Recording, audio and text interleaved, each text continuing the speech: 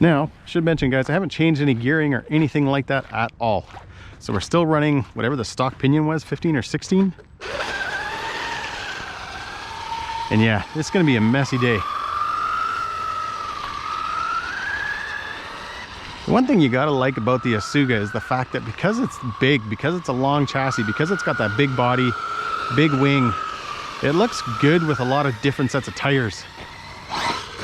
Yeah.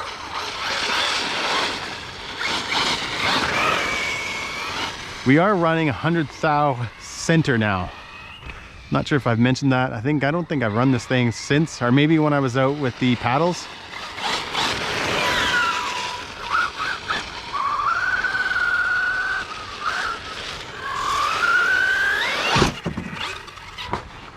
Yeah.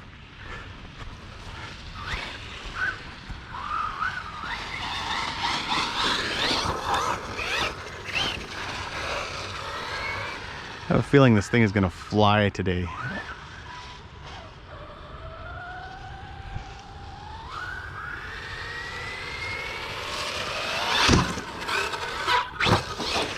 Yeah.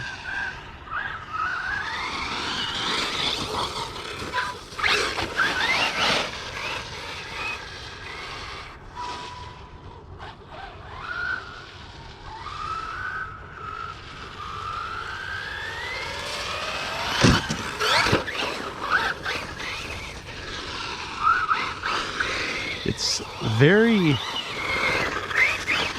slippery, as you can see. And I'm always used to the minute I get right, the split second I'm about to hit the ramp, I kind of gun it to get the nose up. And I am spinning a lot.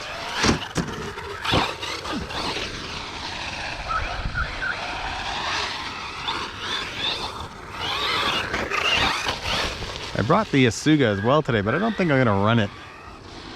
Yesterday when I was up here, it was still kind of cold, a little bit more cold. The snow hadn't melted as much.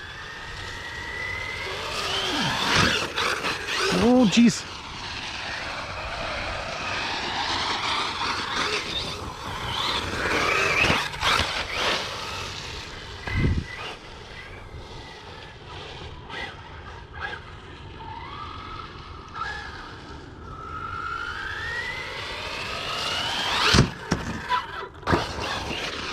Nice.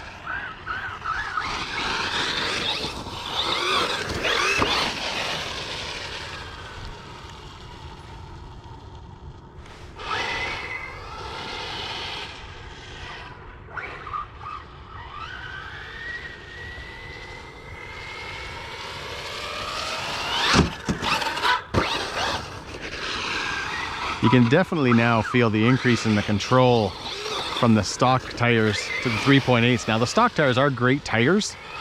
For a buggy tire, they're probably the best for control. But having these slightly bigger meats on here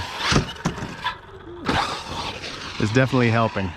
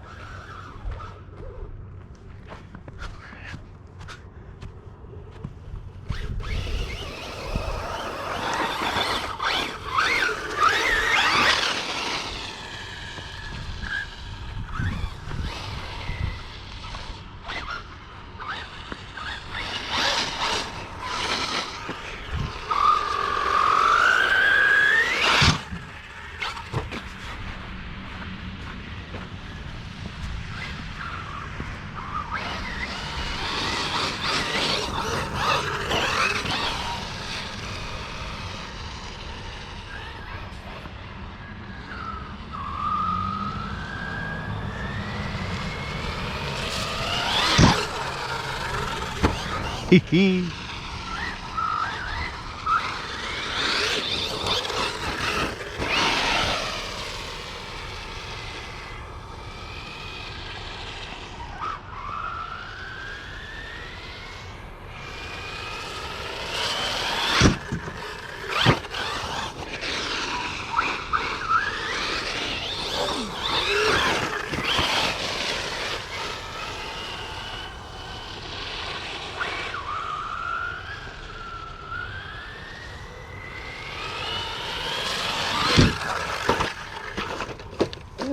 Oh, come on.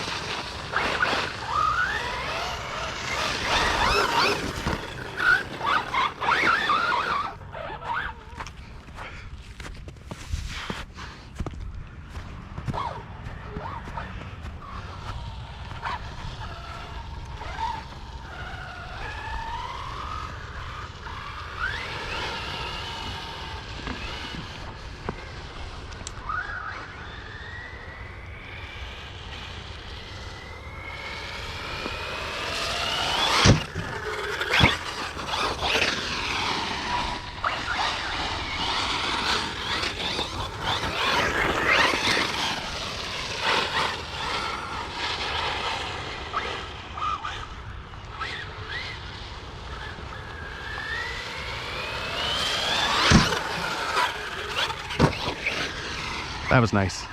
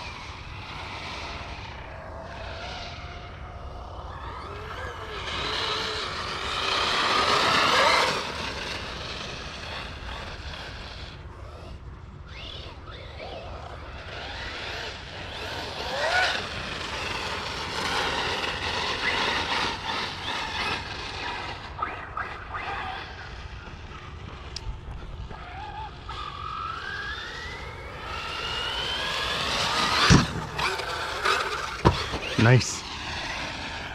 It's so wet and slippery today that, oh geez, my usual way of kind of just coming up to the ramp and gunning it is not working because the ramp now is soaking wet, tires are soaking wet, everything's slippery.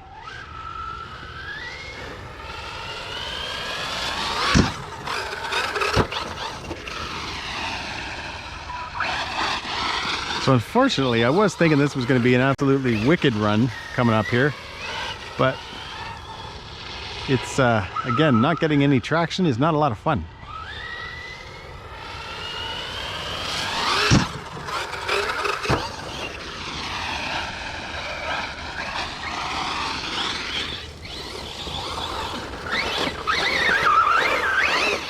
I can imagine what this thing is going to look like when I get it home.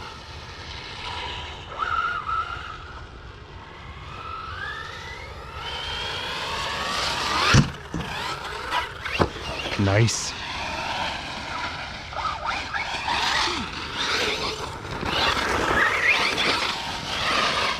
Ah, this buggy is killer though. Even in crappy conditions like today, it's still fun to drive.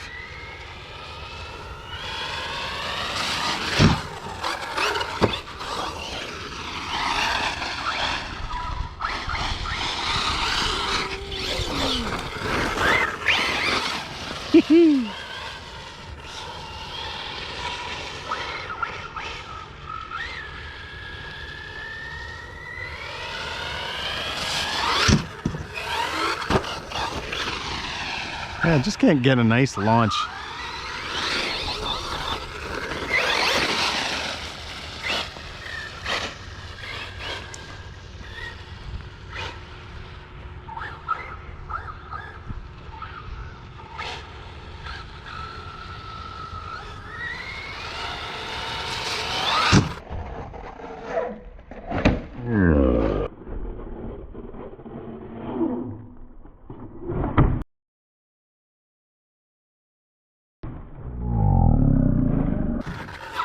Oh, oh guys, we broke. All right, guys, we've got the Asuga home. It's back on the bench. It's all cleaned up. We've got the gunmetal body on right now. I painted that a few weeks ago. I did it in the cold, which is obviously something that's not recommended. So my paint isn't the greatest on it, but either way, I still think it looks cool, especially from a distance. But let's talk about the shocks. So we broke both front shock standoffs. Now, did I just happen to hit it at that crappy angle where it just put all the weight on one single part and that's why they broke? Or is it just bad material? What kind of worries me right now is I know I can do upgrades. M2C has their standoffs for, I think it's the Techno something or other, and they work with the Corelli cars. And obviously they use great material and all that kind of stuff. They use a high grade steel.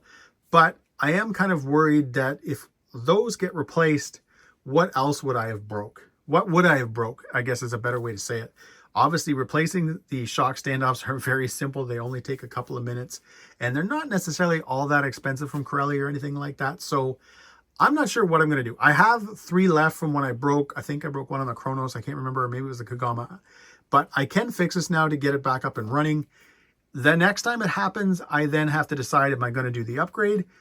Or am I just going to keep replacing those shock standoffs? I did look on Corelli's website. They are the same part number for all their vehicles. So they haven't made an improvement or they haven't changed anything in any different vehicles. So either way though, guys, I am going to say this. I absolutely love running this buggy. Even in the crappy conditions that were today, I still enjoy it. I love watching this thing rip around. I'm trying to decide what I'm going to do with this buggy, if I'm going to go ahead and upgrade any of the parts. When I first bought this buggy, my goal was to do, you know, the Corelli diff housings, the Corelli diff cups, all the 7075 or the 7075 goodies like the shock towers, the braces, the chassis and all that kind of fun stuff.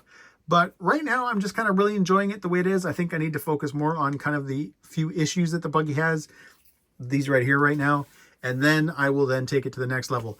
But it has definitely made my Typhon, I don't want to say irrelevant, but it just sits on the shelf now. I don't have any desire to drive that anymore. Unfortunately, guys, this thing just looks so freaking good driving around that to go back to the Typhon, to go back to that smaller platform, I don't know. Right now I've got kind of a set of on-roads on it and something I was kind of doing for the summer or the spring when it comes around, but we'll see. I don't think it's going to get sold. I'm not going to do anything like that because it is a fantastic buggy. It is a machine, but this thing, guys, just looks...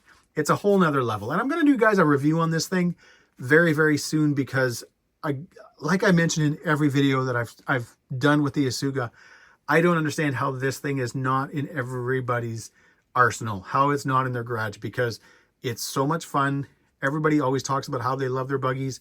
This just makes it a little bit bigger. You get the bigger body, the bigger wing, and those are things that you can't do with the Typhon. No matter what you try to do with the Typhon, stretch it, widen it, all that kind of fun stuff, you're still left with the small body and the small wing, and you can't get around that. So that's it though, guys, for this video. The next time you see this thing, it'll be back up and running. We'll have it fixed, and hopefully we'll be in some better conditions.